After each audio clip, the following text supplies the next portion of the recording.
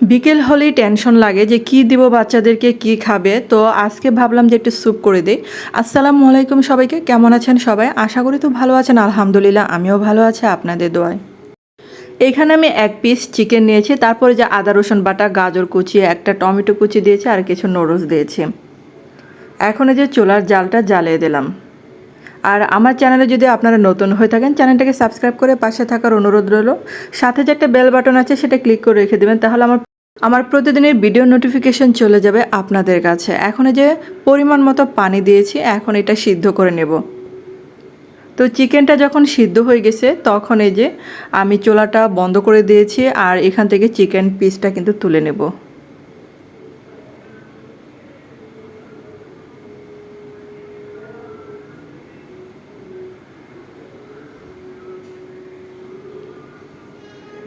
এখন এখানে এই যে মুরগির মাংসটা ছাড়িয়ে নিলাম হাড় থেকে। আর এখানে কিছু যে গোলমরিচ দিয়ে দিলাম, হাফ চা চামচ হবে। তারপর এখানে 1 চা চামচ হবে সয়া সস দিয়েছি।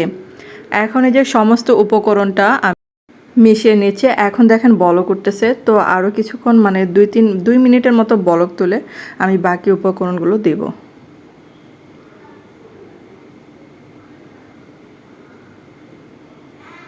এখন দেখেন কিছুটা কর্নফ্লাওয়ার গুলে রেখেছিলাম পানিতে, সেটা এখন দিয়ে দেব।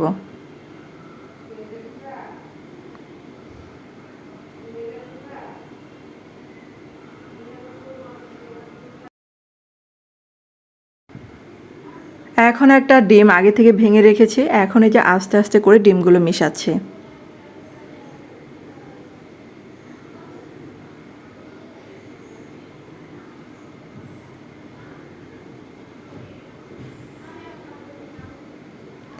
এখন এই যে 2টা কাঁচামরিচ দিয়ে দিলাম, সুন্দর একটা স্মেল আসবে তার জন্য। কাঁচামরিচটা কিন্তু আমি পুরোটা ফালি করে দিই নাই।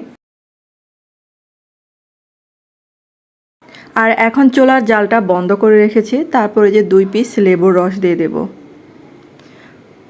আর যদি লেবুর রস থাকে বেশি তাহলে 1 পিসও দিতে পারেন।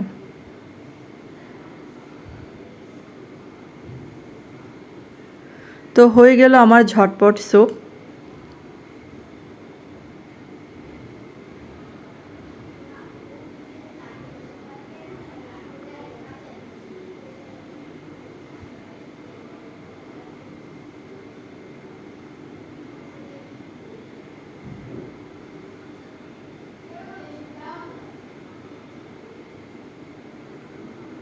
তো গরম গরম স্যুপ কিন্তু বাচ্চারা অনেক পছন্দ করে, তো বাসায় এরকম ঝটপট করে বানিয়ে দিতে পারেন।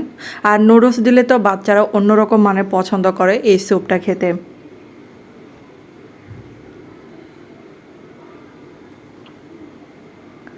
তো ধন্যবাদ সবাইকে এতক্ষণ আমার ভিডিওটা দেখার জন্য।